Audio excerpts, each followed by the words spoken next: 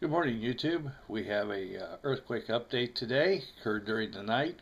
We had a 2.8 earthquake in Georgia that occurred at 0647 hours UTC time or 0147 hours local time.